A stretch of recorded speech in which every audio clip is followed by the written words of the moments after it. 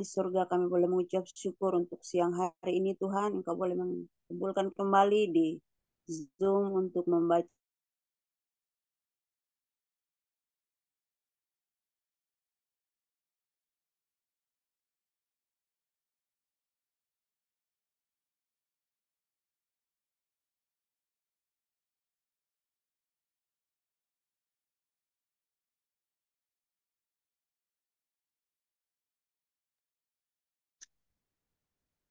Tes.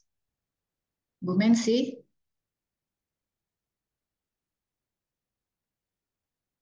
ya udah mari kita berdoa. Bapa yang kami sembah di dalam roh dan kebenaran, pada hari ini kami akan membaca firman-Mu di Wahyu 13:14. Biarlah Tuhan Kau yang memegang kendali dari awal pertengahan sampai akhirnya pembacaan firman ini. Kami percaya Bapa, kami akan mendapatkan pengetahuan yang baru yang Kau tanamkan di dalam hati dan pikiran kami. Kau urapi juga Pak Tim yang akan memberikan pencerahan kepada kami ya Bapak. Kami juga berdoa untuk jaringan internet Tuhan, semua di bawah kendali-Mu. Terima kasih Tuhan, di dalam nama Tuhan Yesus kami berdoa. Amin. Tunggu Bu Ibu. Siang-siang internetnya juga error ya. Sebentar. Oke, saya bantu Bu Mensi ya. Kita baca di Wahyu 13 dan 14 ya. Di Wahyu 13:14 saya tulis dulu Wahyu 13:14. Ah ya. Ya, langsung Bu Mensi, sudah selesai doanya. Iya Bu, Ya aduh nggak apa-apa. terputus. Doanya udah selesai. Oh Lanjut ke sudah iya, lanjut di ini apa namanya eh, pembagian pembagian. Ya, bacaan. Nah, ini kita ada lab 11 orang ya, jadi kita bacanya berapa ayat ya? 3 ayat. 3 ayat ya, biar Mm-mm. kita semua ya. Siap. Mm-mm. Mulai dari 3 ayat. Mulai dari Bu Sandra, Mm-mm. Lorita, Mm-mm. Bu Nace, Mm-mm. Ria Ira, Mm-mm. Ta, Maaf siapa Bu? Bu Lampita, Oke. Kameri, Ah, Sofi, oke. Dona, siapa Oke. lagi? Pak Sudah Wah, ya. Pak Tim. Baru Lalu Bu. Joli dan Bu Mercy ya. Oke, saya ulang ya urutannya Bu Sandra, Bu Lorita, Bu Naceh, Bu Maria, Bu Lampita, Mary, Sofi, Dona, Patim, Joli, dan Bu Mensi. Iya, siap Bu. Silahkan Bu Sandra. Nah, bacaan Wahyu dari 13 ayat 1 sampai 3. Binatang yang keluar dari dalam laut. Lalu aku melihat seekor binatang keluar dari dalam laut, bertanduk 10 dan berkepala 7. Di atas tanduk-tanduknya terdapat 10 mahkota dan pada kepalanya tertulis nama-nama hujat. Binatang yang kulihat itu serupa dengan macan tutul dan kakinya seperti kaki beruang dan mulutnya seperti mulut singa, dan naga itu memberikan kepadanya kekuatannya dan tahtanya dan kekuasaannya yang besar. Ayat 3, maka tampaklah kepadaku satu dari kepala-kepalanya seperti kena luka yang membahayakan hidupnya. Tapi luka yang membahayakan hidupnya itu sembuh. Seluruh dunia heran, lalu mengikuti binatang itu. Amin. Ayat 4, 5, dan 6. Dan mereka menyembah naga itu karena ia memberikan kekuasaan kepada binatang itu. Dan mereka menyembah binatang itu sambil berkata, siapakah yang sama seperti binatang ini? Dan siapakah yang dapat berperang melawan dia? 5. Dan kepada binatang itu diberikan mulut yang penuh kesombongan dan hujat. Kepadanya diberikan juga kuasa untuk melakukannya 42 bulan lamanya. 6. Lalu ia membuka mulutnya untuk menghujat Allah, menghujat namanya dan kemah kediamannya dan semua mereka yang diam di sorga. Amin. Wahyu 13 ayat 7, dan ia diperkenankan untuk berperang melawan orang-orang kudus dan untuk mengalahkan mereka, dan kepadanya diberikan kuasa atas setiap suku dan umat dan bahasa dan bangsa. Ayat 8, dan semua orang yang diam di atas bumi akan menyembahnya, yaitu setiap orang yang namanya tidak tertulis sejak dunia dijadikan di dalam kitab kehidupan dari Anak Domba yang telah disembelih. Ayat 9. Barang siapa bertelinga, hendaklah ia mendengar. Amin. Lanjut. Bu Lampita. Saya berarti ya. Bu Lampita. Ya, yang 10. Ayat 10. Sekarang ayat berapa, Bu? Maaf tadi putus. Tadi harusnya setelah Tante Lorita, Mbak Nace. Ibu Nace, maaf saya keduluan. Nace sekarang, Ibu Nace. Maaf, saya salah. Oh iya, silahkan Bu.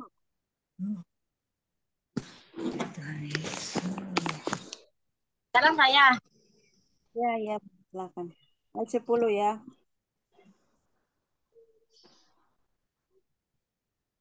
Silahkan Bu Nace. Oh iya. 10.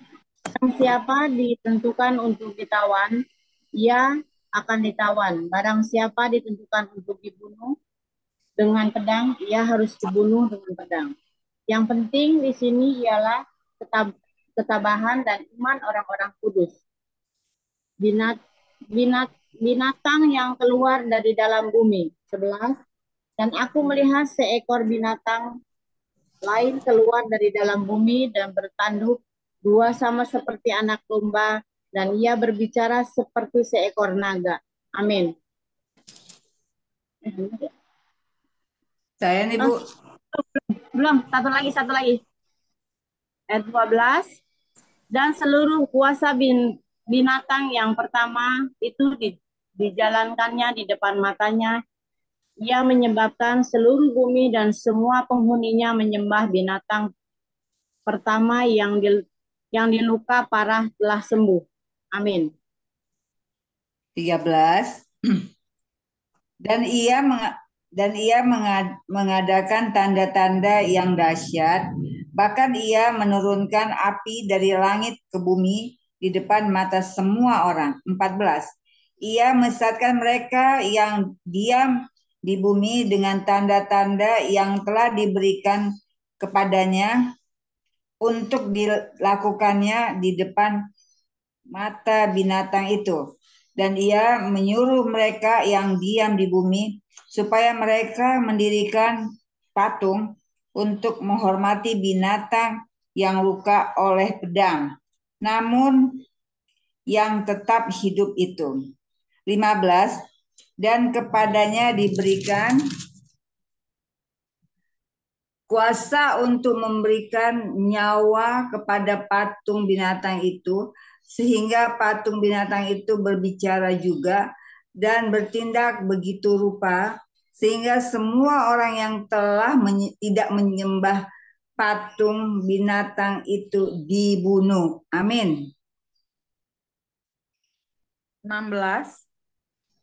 Dan ia menyebabkan sehingga semua orang, kecil atau besar, kaya atau miskin, merdeka atau hamba, diberi tanda tangan kanan pada tangan kanannya atau pada dahinya. Dan tidak seorang pun yang dapat membeli dan menjual selain daripada mereka yang memakai tanda itu, yaitu nama binatang itu dan bilangan namanya. Yang penting di sini ialah hikmat. Barang siapa yang bijaksana, baiklah ia menghitung bilangan binatang itu, karena bilangan itu adalah bilangan seorang manusia dan bilangannya ialah 666.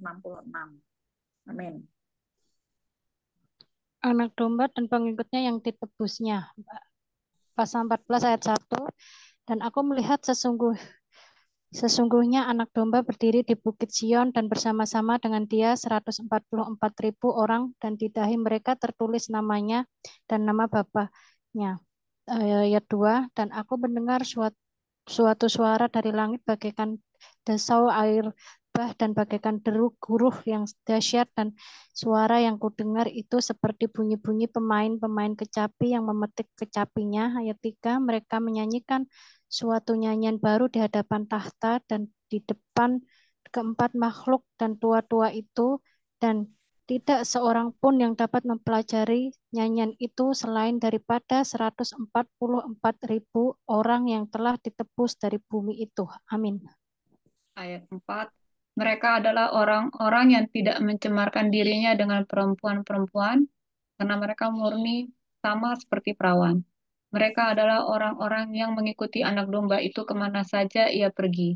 Mereka ditebus dari antara manusia sebagai korban-korban sulung bagi Allah dan bagi anak domba itu. Dan di dalam mulut mereka tidak terdapat dusta, mereka tidak bercela.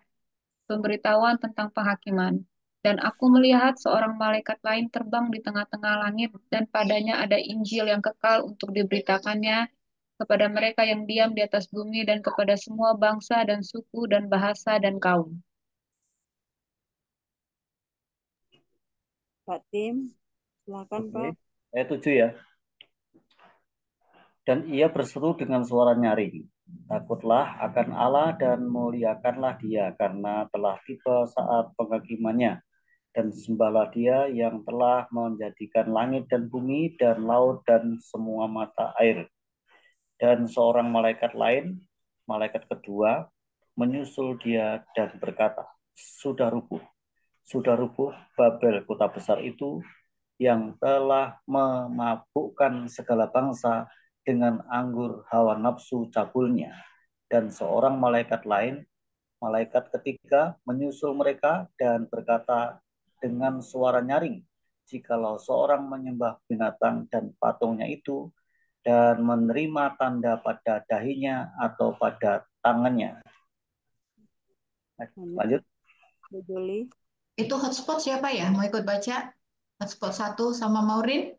Maureen mau ikut baca, Maureen? Dengan Rambu Yati. Bu Ya. Saya lanjut ya. 10 sampai 12. Maka ia akan minum dari anggur murka Allah yang disediakan tanpa campuran dalam cawan murkanya, dan ia akan disiksa dengan api dan belerang di depan mata malaikat-malaikat kudus dan di depan mata anak domba. 11. Maka asap api yang menyiksa mereka itu naik ke atas sampai selama-lamanya, dan siang malam mereka tidak henti-hentinya disiksa, yaitu mereka yang menyembah binatang serta patungnya itu, dan barang siapa yang telah menerima tanda namanya. 12. Yang penting di sini ialah ketekunan orang-orang kudus yang menuruti perintah Allah dan iman kepada Yesus. Amin. Ya, Bu. Bu Yo mau ikut baca, Bu? Oke.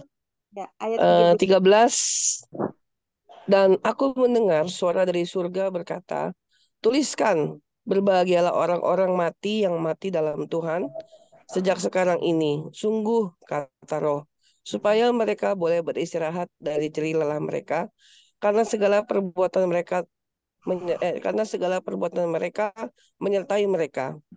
Tuayan di bumi, ayat 14. Dan aku melihat sesungguhnya ada suatu awan putih, dan di atas awan itu duduk seorang seperti anak manusia dengan sebuah mahkota emas di atas kepalanya, dan sebilah sabit tajam di tangannya. Ayat 15, maka keluarlah seorang malaikat lain dari bait suci, dan ia berseru dengan suara nyaring kepada dia yang duduk di atas awan itu, ayunkanlah sabitmu dan tuailah, karena sudah tiba saatnya untuk menuai, sebab tuaian di bumi sudah masak. Amin. Ayat 16, dan ia yang duduk di atas awan itu mengayunkan sabitnya ke atas bumi, dan bumi pun dituailah. Dan seorang malaikat lain keluar dari bait suci yang di surga, juga padanya ada sebilah sabit tajam. Dan seorang malaikat lain datang dari Misbah, ia berkuasa atas api, dan ia berseru dengan suara nyaring kepada malaikat yang memegang sabit tajam itu, katanya, ayunkanlah sabitmu yang tajam itu dan potonglah buah-buah pohon anggur di bumi, karena buahnya sudah masak. Lalu malaikat itu mengayunkan sabitnya ke atas bumi dan memotong buah pohon anggur di bumi dan melemparkannya ke dalam kalingan besar, yaitu murka Allah. Amin. Lanjut sampai selesai, Mim. Ya, Satu lagi Mima. di galingan di luar kota, dan dari kilangan itu mengalir darah, tingginya sampai ke Kalang Kuda dan jauhnya 200 mil. Terima kasih. Ya, terima kasih Ibu untuk pembacaannya. Silahkan Pak Tim. Ya, salam dan selamat siang. Ibu kalian yang sudah masuk ke room ini sebanyak 15 orang. Tuhan, kita sudah menyelesaikan pembacaan kitab Wahyu, khususnya pasal 13 dan 14. Saya akan coba untuk menjelaskan, namun mohon maaf tidak semua saya masukkan ke PowerPoint, karena ada yang penjelasan dan komentarinya itu begitu panjang. Makanya saya nanti akan sampaikan secara lesson. Bu Joli silakan di-share ini ya. Langsung ke slide keempat boleh.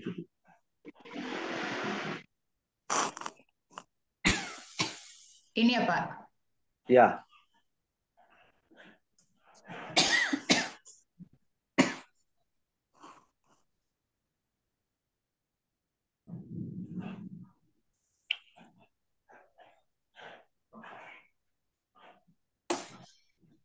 Baik, kita tetap melihat dari garis besar yang sudah kita cantumkan di PowerPoint. Dan di situ kita sudah menginjak bagian yang ke berapa itu? 1, B, A, B, kemudian C dalam kurung, lalu D. Coba ditampilkan D. Diklik, nah ini. Nah ini pasal 12 sampai ayat 1 sampai pasal 14 ayat 20. Jadi penglihatan ke-7 tanda. Nah, mari kita lihat lebih lanjut. Silakan Bu Joli. Next. Oke, itu nanti. Lalu bagian kedua ini juga masih nanti, belum.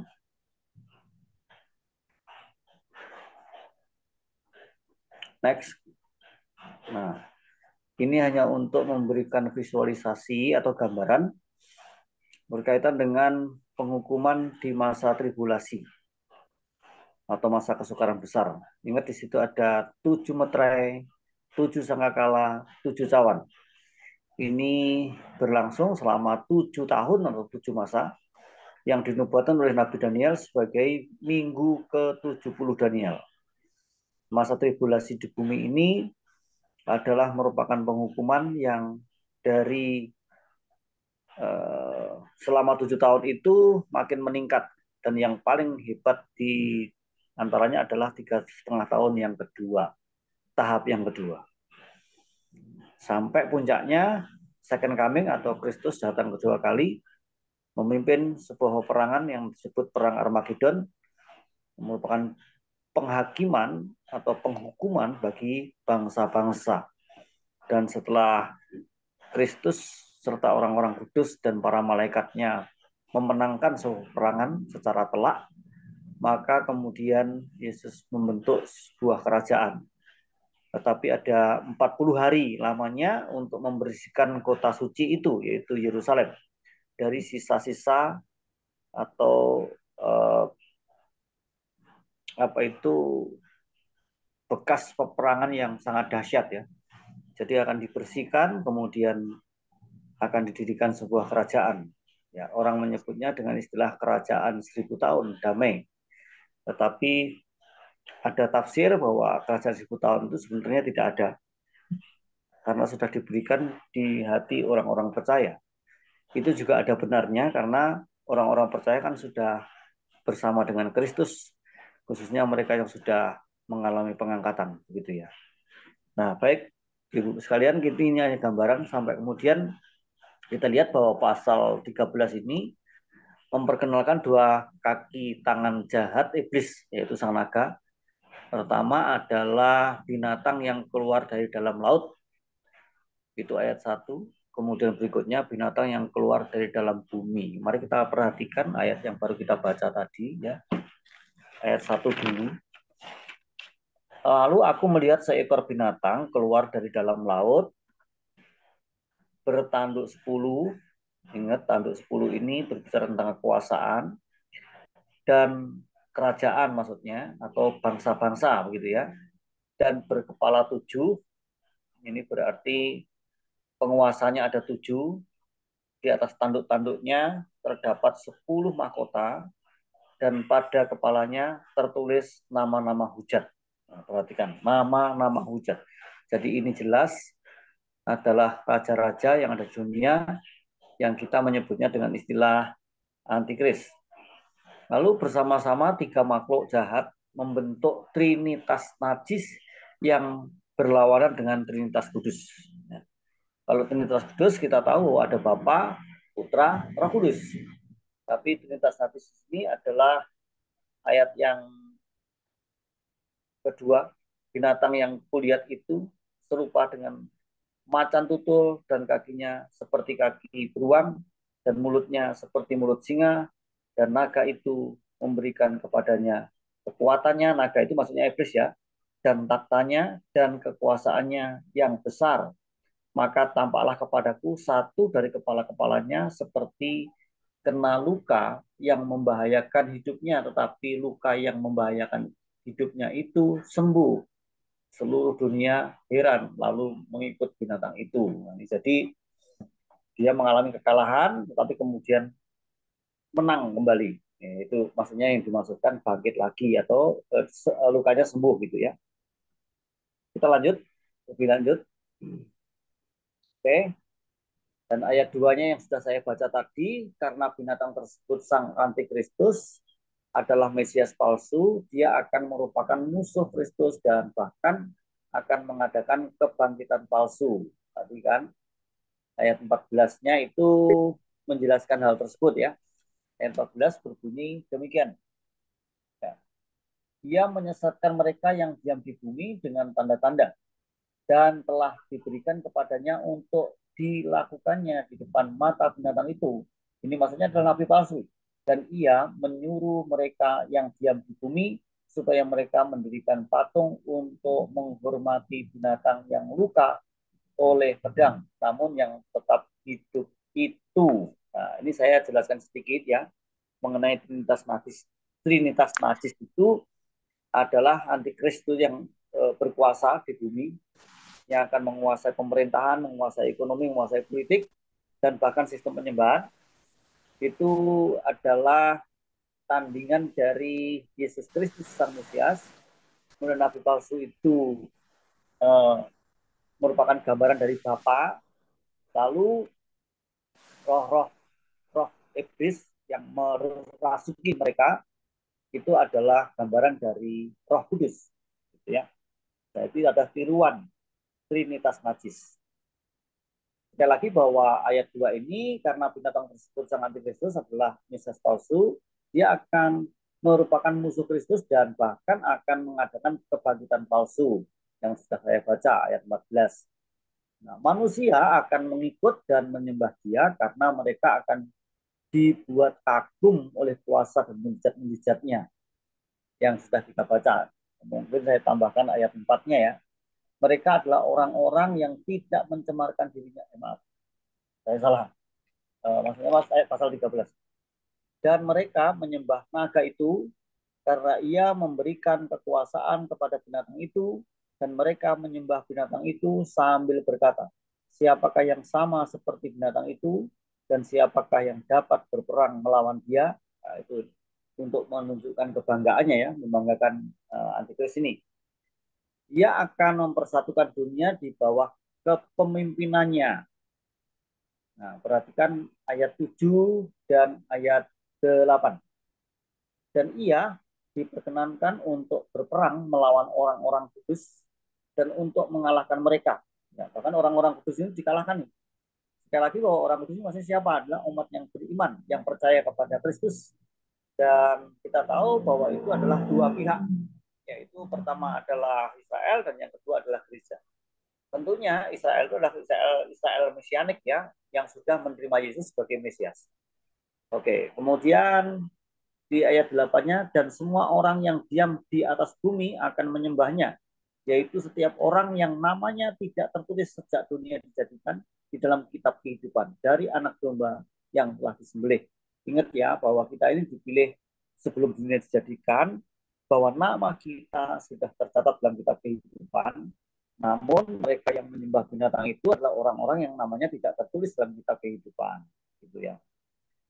Baik, dan dia akan mengendalikan ekonomi dunia. Perhatikan, dia ini siapa nih? Yaitu antikris ya, yang berkuasa di bumi akan mengendalikan ekonomi dunia. Itu ayat 16. Saya baca ayat 16 sampai dan 17 ya. Dan ia menyebabkan sehingga kepada semua orang, kecil atau besar, kaya atau miskin, merdeka atau hamba, diberi tanda pada tangan kanannya atau pada kendinya. Dan tidak seorang pun yang dapat membeli atau menjual selain daripada mereka yang memakai tanda itu, yaitu nama binatang itu atau bilangan namanya. Jadi sebagaimana Tuhan memberikan tanda di dahi, ini berbicara firman Allah yang ditanamkan melalui pembelajaran Alkitab, ya, pembelajaran kitab suci, itu ditiru oleh mereka, yaitu ditanamkan di dahi, di dalam kepala mereka, atau di dalam pengetahuan mereka. Begitu. Ya.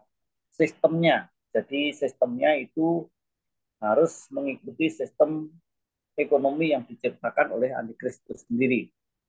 Kemudian kita lihat bahwa Antikristus akan mengendalikan sistem ekonomi ya. Lanjut Bu. Nah, di ayat 5 masih pasal 13 ayat yang kelima. Dan kepada binatang itu diberikan mulut yang penuh kesombongan dan hujat. Kepadanya diberikan juga kuasa untuk melakukannya 42 bulan lamanya. Kalau kita menghitung 42 bulan itu sama dengan 1260 hari. Sama dengan 3,5 tahun. Nah, jadi kuasa yang diberikan kepada binatang itu akan dibatasi oleh Allah. Dia akan mengizinkan, Allah maksudnya mengizinkan binatang itu menggunakan kuasa hanya untuk waktu yang singkat, yaitu selama 42 bulan lagi. Ya. Bahkan sementara binatang itu berkuasa, Allah akan tetap memegang kendali. Itu pasal 11, ya, ada pengulangan yang disitu ya, untuk menegaskan kembali di pasal 11 ayat 15. Lalu malaikat yang ketujuh meniup sangkakalanya dan terdengarlah suara-suara nyaring di dalam surga, katanya, pemerintahan atas dunia dipegang oleh Tuhan kita dan Dia yang diurapinya. Dan Ia akan memerintah sebagai raja sampai selama-lamanya. Jadi tetap raja segala raja yang memegang kendali. Walaupun si antikris ini diberikan kuasa namun dibatasi hanya 3,5 tahun saja. Lalu pasal 12 ini hanya mengulang, menegaskan kembali yang kemarin sudah kita pelajari, ayat 10 sampai dengan ayat 12. Dan aku mendengar suara yang nyaring di surga berkata, sekarang telah tiba keselamatan dan kuasa dan pemerintahan Allah kita dan kekuasaan Dia yang diurapinya, karena telah dilemparkan ke bawah pendakwa saudara-saudara kita yang mendakwa mereka siang dan malam di hadapan Allah kita. Nah, ini cukup jelas dan clear ya. Dan mereka mengalahkan Dia oleh darah anak domba dan oleh perkataan kesaksian mereka, karena mereka tidak mengasihi nyawa mereka sampai ke dalam maut. Kemudian ayat 12, karena itu bersukacitalah hai surga dan hai kamu sekalian yang diam di dalamnya. Celakalah kamu hai bumi yang dan laut, karena iblis telah turun kepadamu dalam geramnya yang dahsyat, karena ia tahu bahwa waktunya sudah singkat. Nah, jadi ini mempertegas kembali bahwa Allah tetap pegang kendali. Jadi tidak bisa tanpa batas mereka menguasai dunia ini, tidak. Apalagi orang-orang percaya itu betul-betul dipagari oleh Tuhan, sehingga yang bisa dianiaya atau bisa dicelakai itu hanya secara fisik, tetapi secara roh tidak. Next, Bu.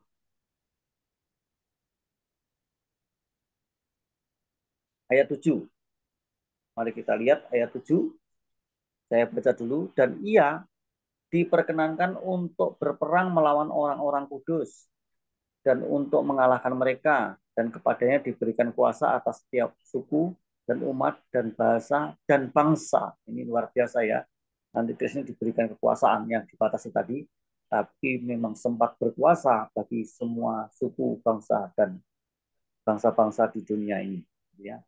Nah, binatang itu akan menaklukkan umat Allah, perhatikan, menaklukkan umat Allah, mengalahkan maksudnya, dan menguasai mereka. Tetapi dia tidak akan sanggup mencelakai roh mereka. Ya, dia akan menegakkan kekuasaan di seluruh dunia dan menuntut setiap orang untuk menyembahnya. Dan banyak orang akan menyembahnya, semua orang kecuali umat beriman yang sejati. Ya, menolak penyembahan pada binatang itu akan mengakibatkan penderitaan sementara bagi umat Allah. Perhatikan, penderitaan sementara bagi umat Allah. Nah, mereka yang menolak penyembahan itu. Tetapi mereka akan diberi upah kehidupan kekal pada akhirnya. Itu terdapat di ayat 8.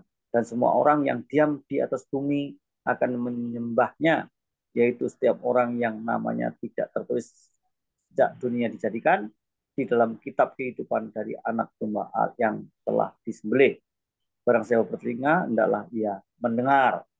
Nah, nama mereka dicatat dalam kitab kehidupan. Ini secara langsung demikian maknanya ya. Jadi mereka yang menyembah binatang namanya tidak tercantum dalam kitab kehidupan, tapi yang tidak menyembah binatang namanya tercantum dalam kitab kehidupan. Itu sekalian. Lanjut, Bu.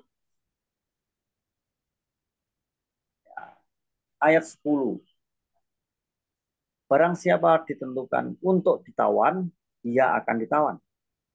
Barang siapa ditentukan untuk dibunuh dengan pedang, ia harus dibunuh dengan pedang. Yang penting di sini ialah ketabahan dan iman orang-orang kudus. Jadi di masa tribulasi, atau masuk masa penghukuman Allah terhadap bangsa-bangsa ini, orang-orang Kristen, para pengikut Kristus, orang-orang percaya sejati benar-benar menghadapi situasi yang sulit. Ya, baik secara ekonomi, bahkan juga secara fisik untuk dianiaya oleh antikris dan antek-anteknya ya, para pengikutnya ya. Jadi tidak akan heran kalau nanti terjadi seperti itu karena sudah dinubuatkan oleh Rasul Yohanes ini. Dalam penganiayaan itu setiap setia kepada Kristus bisa mengakibatkan pemenjaraan dan bahkan hukuman mati. Nah, sebagian orang percaya akan disakiti atau dibunuh.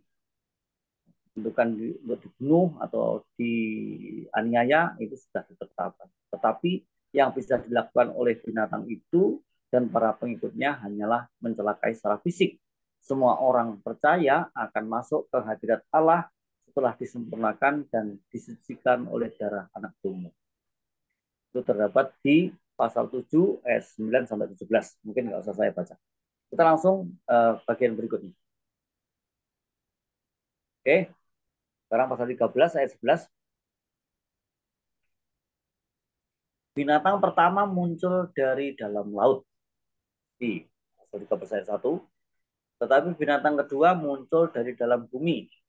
Dan ini diidentifikasi sebagai nabi palsu. Sekali lagi ini gambaran dari salah satu bagian dari Trinitas Najis, nabi palsu.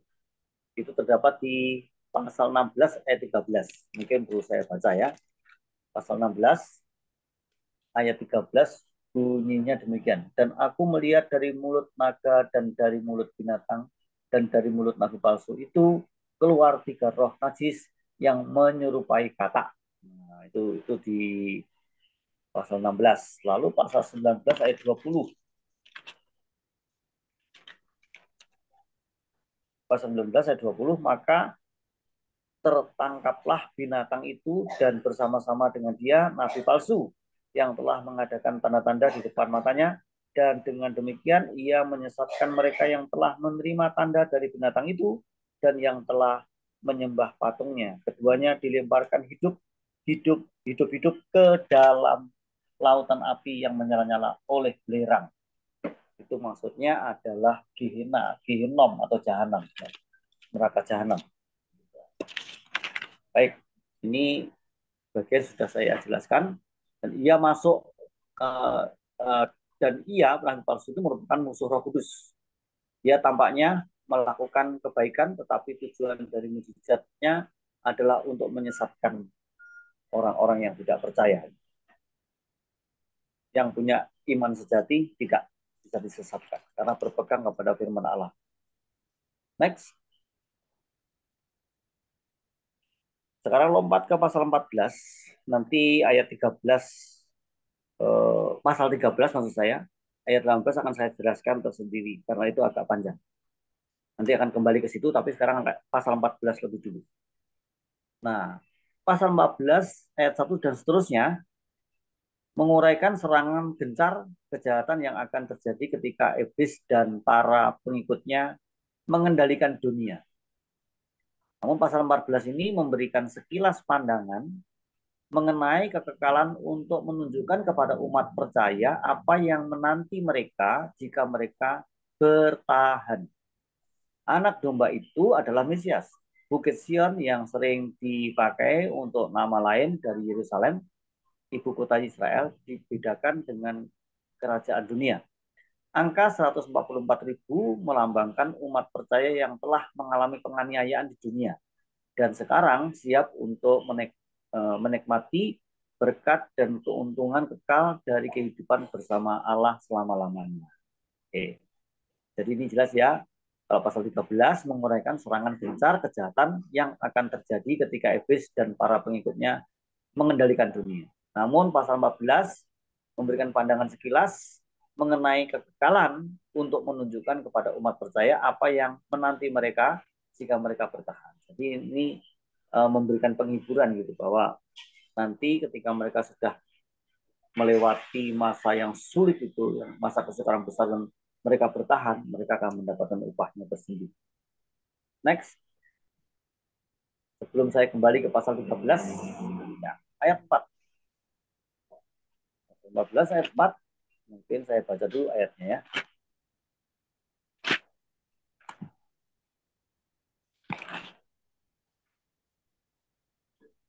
Mereka adalah orang-orang yang tidak mencemarkan dirinya dengan perempuan-perempuan karena mereka murni sama seperti perawan.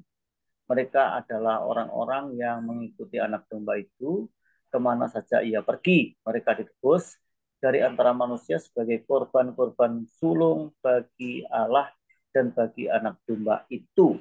Nah, orang-orang ini adalah umat percaya sejati yang jubahnya telah dibasuh dan dibuat putih oleh darah Kristus. Itu terdapat di pasal 7 ayat 14.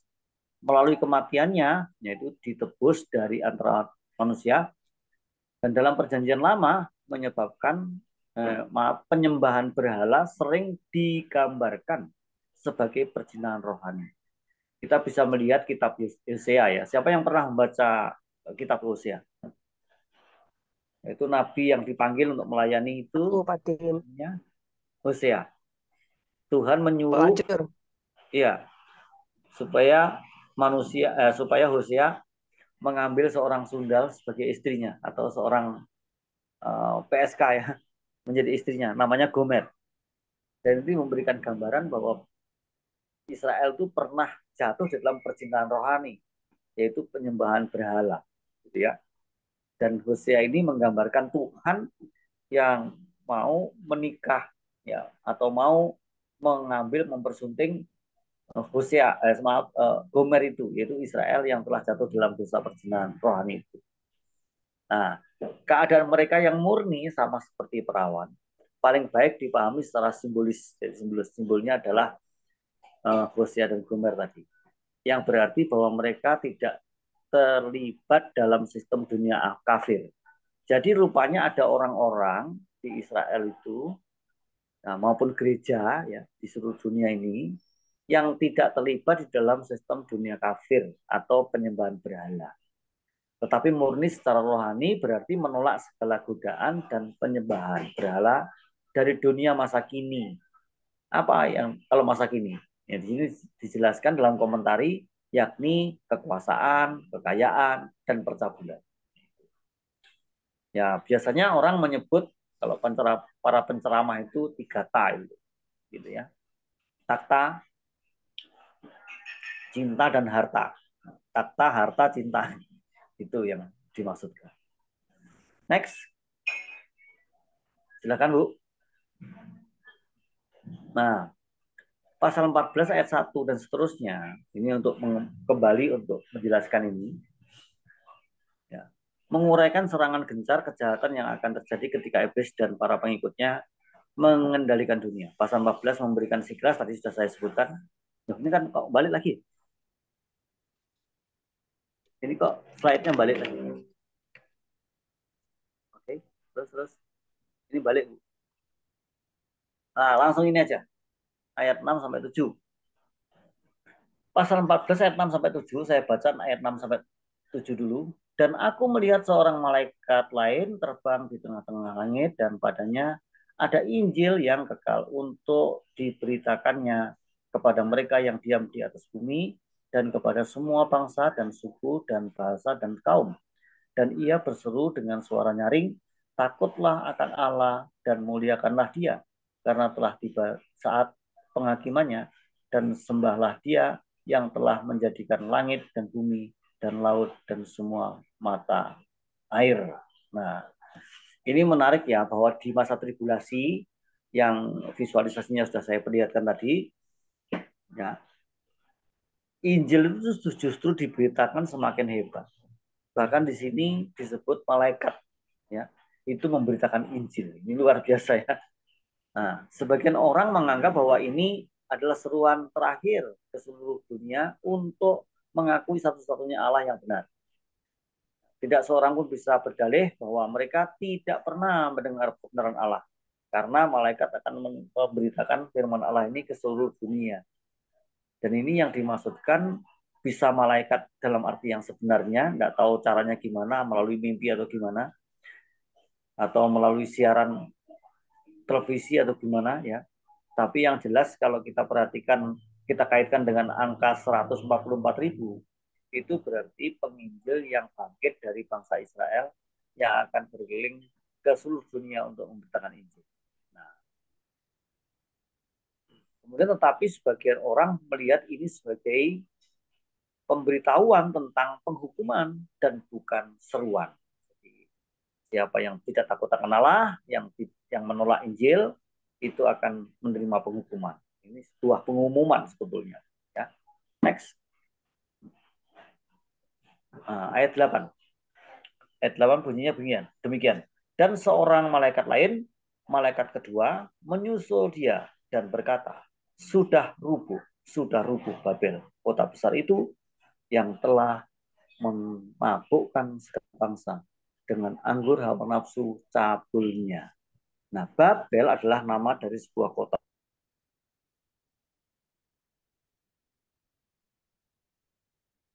penyembahan berhala. Jadi perhatikan, pusat dunia untuk penyembahan berhala. Kalau dulu Babel itu kan secara lokasi atau geografis itu di Irak ya. Nah, kalau sekarang Babel itu menjadi lambang sebuah negara yang menjadi pusat penyembahan berhala dunia. Nah, Babel merampok Yerusalem, ini gambarannya, dan mengangkut bangsa Yehuda ke pembuangan.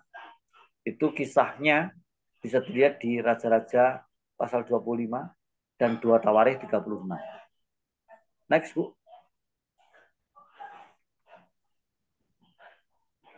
Atasnya masih ada satu ya. Atasnya ini masih ada satu ya. Nah, 14 ayat 9 sampai 11. Nanti akan saya jelaskan untuk selanjutnya. Karena panjang-panjang komentari dan keterangannya. Tapi ini di ayat 9 sampai 11 itu juga bisa dilihat, ibu-ibu bisa simak di Alkitab yang dipegang masing-masing ya. Tawayan di bumi. Di situ ayat 9, ya maaf kok Tuhan ayat 9. Ayat 9 dan 10, 11. Dan seorang malaikat lain, malaikat ketiga, menyusul mereka dan berkata dengan suara nyaring, jikalau seorang menyembah binatang dan patungnya itu dan menerima tanda pada dahinya atau pada tangannya, maka ia akan minum dari anggur murka Allah yang disediakan tanpa campuran dalam cawan murkanya, dan ia akan disiksa dengan api dan belerang di depan mata malaikat-malaikat kudus dan di depan mata anak domba. Maka asap api yang menyiksa mereka itu naik ke atas sampai selama-lamanya. Dan siang malam mereka tidak henti-hentinya disiksa, yaitu mereka yang menyembah binatang serta patungnya itu, dan barang siapa yang telah menerima tanda namanya. Ya, orang-orang yang menyembah binatang itu menerima tandanya dan bekerja menurut sistem ekonomi dunianya, dan pada akhirnya akan mengalami penghukuman Allah. Oke, saya sekarang akan kembali untuk sebagai penutup itu pasal 13 ayat yang ke 16 sampai 18. Saya diperhatikan khususnya pasal 13 ayat 16 sampai 18. Dan ia menyebabkan sehingga kepada semua orang, kecil atau besar, kaya atau miskin, merdeka atau hamba, diberi tanda pada tangan kanannya atau pada dahinya. Dan tidak seorang pun yang dapat membeli atau menjual selain daripada mereka yang memakai tanda itu, yaitu nama binatang itu atau binatang namanya. Yang penting di sini ialah hikmat. Barang siapa yang bijaksana, baiklah ia menghitung bilangan binatang itu, karena bilangan itu adalah bilangan seorang manusia, dan bilangannya ialah 666. Ya, yang sering heboh itu loh ya. 666 itu. Apa yang dimaksudkan di sini? Ini sekali lagi simbol ya.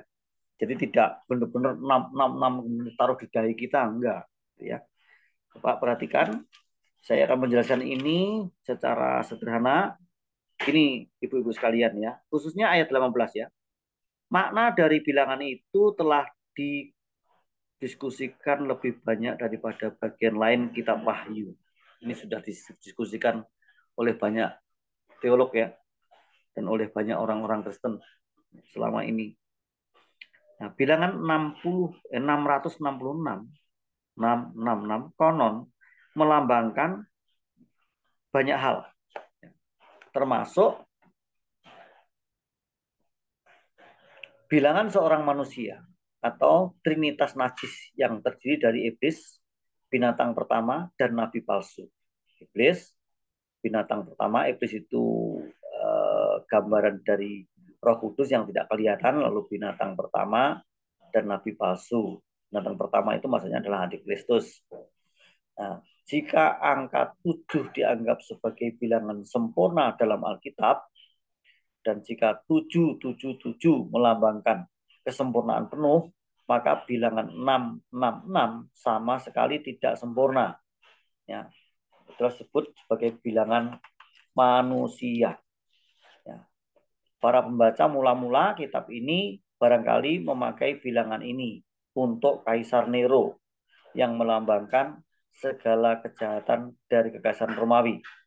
Dan huruf-hurufnya memang menunjuk hal tersebut ya. Huruf-huruf Yunaninya itu. Dari nama Nero menunjukkan angka-angka yang berjumlah 666. Nah, pemakaian khusus apapun yang disampaikan oleh bilangan itu melambangkan kekuasaan yang meliputi seluruh dunia dan kejahatan lengkap dari Trinitas Najis ini yang dirancang untuk meniadakan karya Kristus dan menggulingkan dia. Nah, jadi sekali lagi saya ingin menegaskan bahwa yang dimaksudkan bilangan 666 itu melambangkan Trinitas Najis. Siapa aja Bu Ibu? Tadi sudah saya sebutkan. Binatang itu menunjuk kepada antikris, lalu ada nabi palsu, lalu ada iblis. Jadi itu adalah Trinitas najis untuk menandingi Trinitas yang kudus, yaitu Bapa, Putra, dan Roh Kudus. Nah, memang ini bisa didalami lebih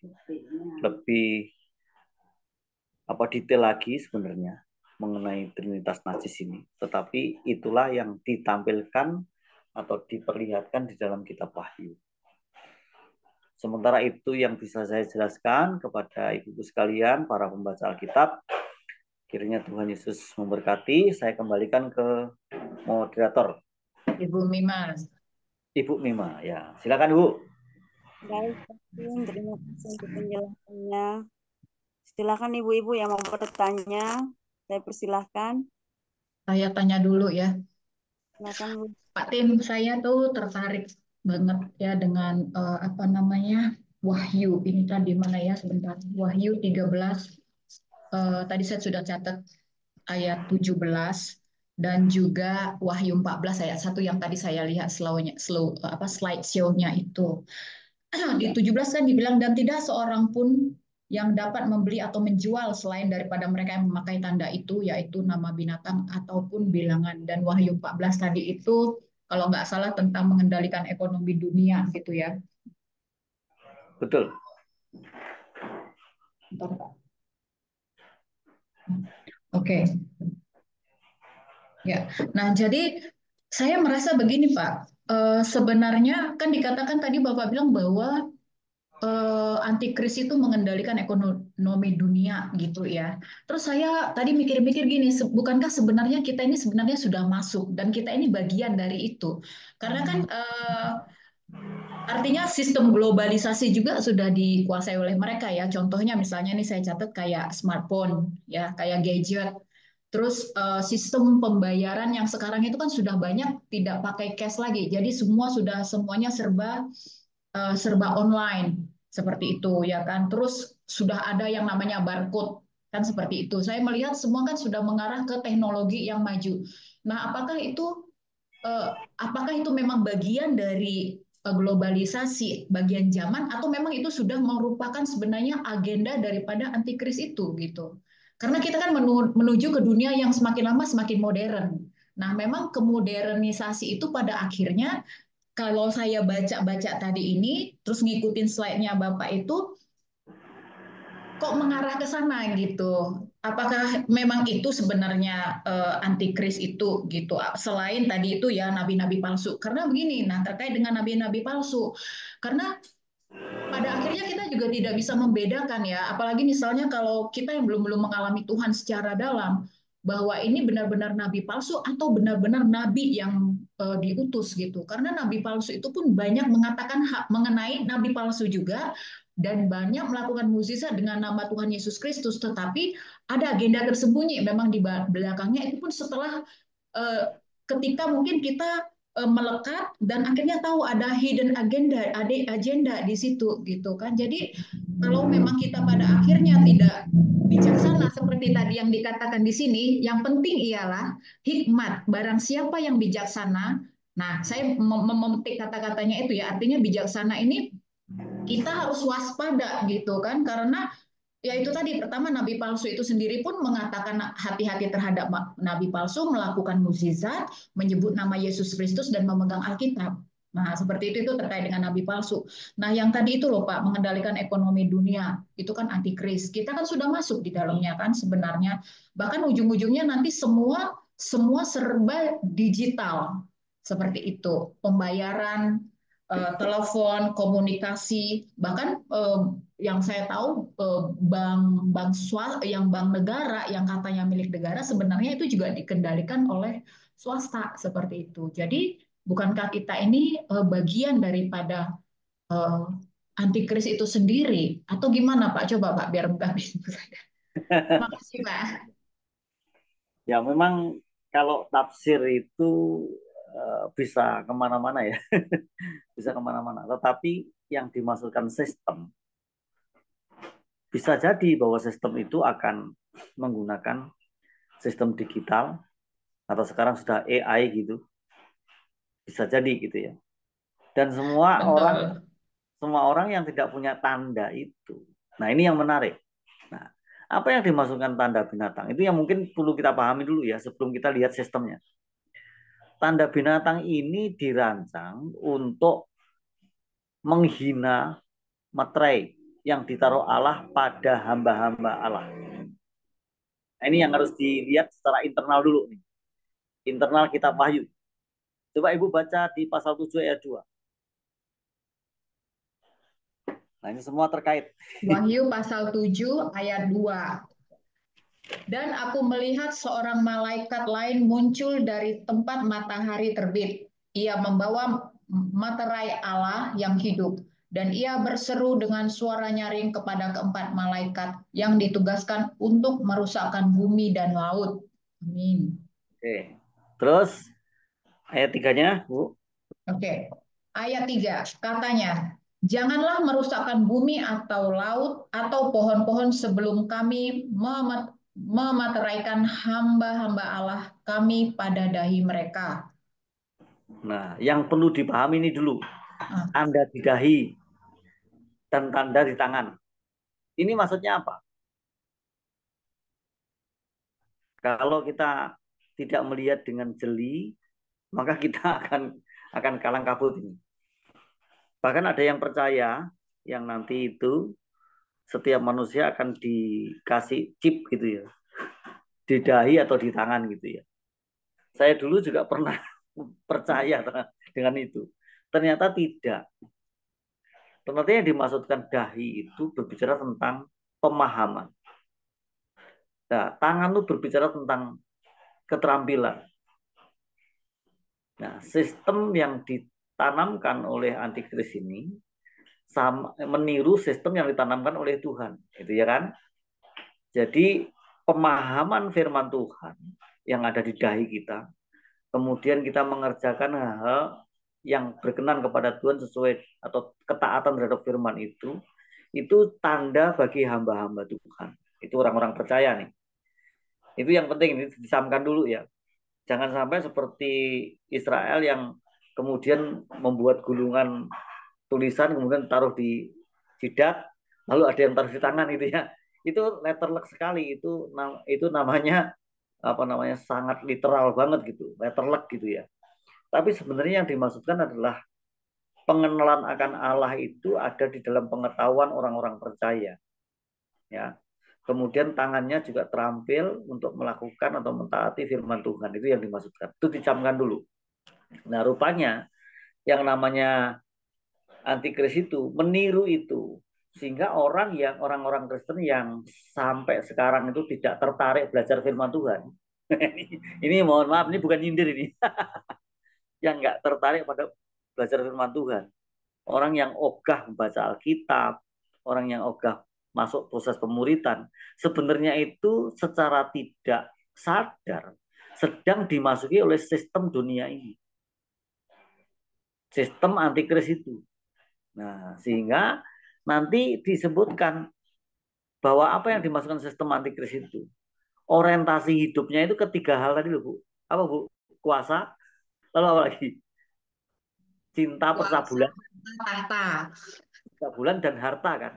Nah, kalau kita peduli mau agama Kristen, mau agama apapun, kalau orientasinya itu ketiga itu kepada takhta, popularitas gitu ya, kemudian kepada harta, kekayaan, orientasinya itu kita pelayanan pun itu mencari keuntungan gitu misalnya, atau mencari kekayaan gitu, orientasinya ke sana walaupun namanya gereja, bahkan namanya gembala bisa aja merampok jemaatnya kan, gitu.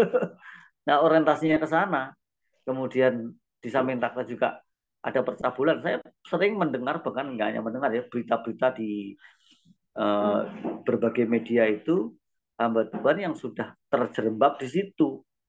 Tapi hamba Tuhan ini dalam tanda kutip, Bu, itu sebenarnya sudah mengikuti sistem antikris. Itulah sebabnya orang Kristen harus ingat jangan sampai kita terjebak kepada ketamakan.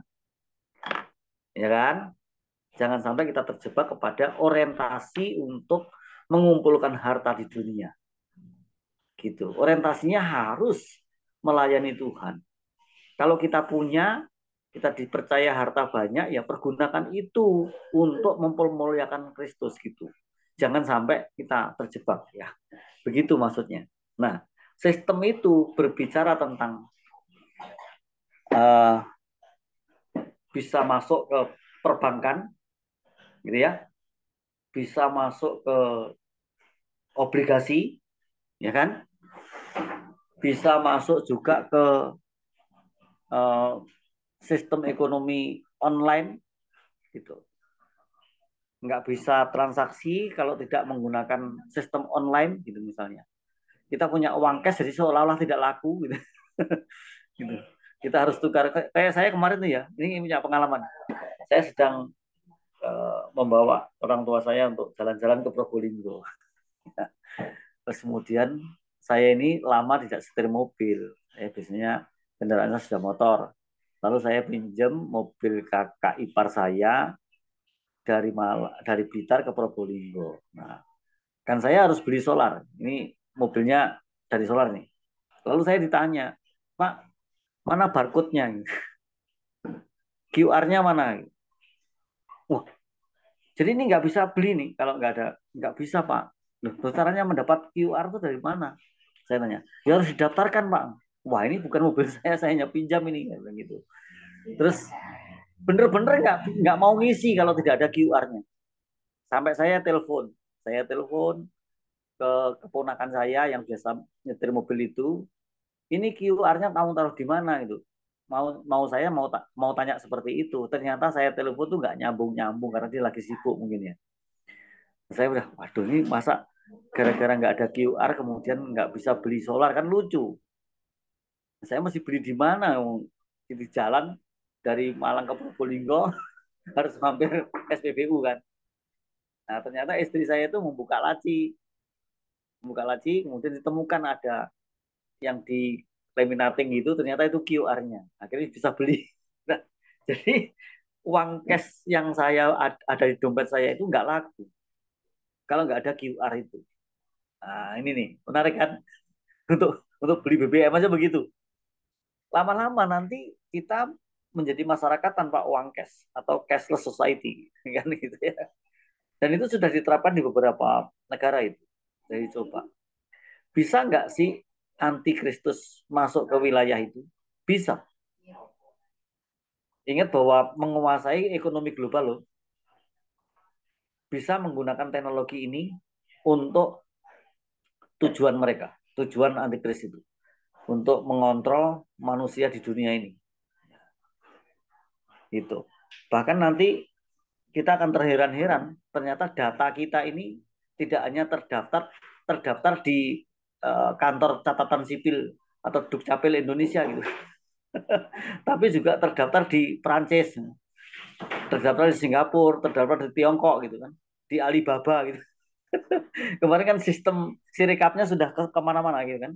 Nah ini menarik sekali. Jadi nanti akan ada global society gitu.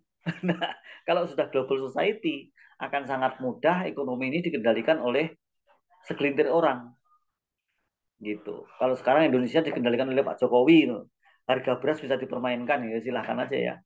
Kalau dia pengen belajar sistemnya antikris ya monggo-monggo aja gitu ya. Gitu ya. Nah, tapi mengerikan sekali. Nanti bisa jadi seluruh dunia ini dikendalikan. Harga-harga diatur oleh sedikit orang. Gitu. Nah, bisa menggunakan digitalisasi atau menggunakan teknologi yang ada. Saya percaya itu. Tetapi jangan lupa bahwa teknologi bersifat netral loh. Artinya Tuhan juga bisa menggunakan. Buktinya, kita sekarang bisa meeting Zoom, bisa membicarakan firman Allah, kita bisa tiktokan dengan konten firman Allah, ya kan?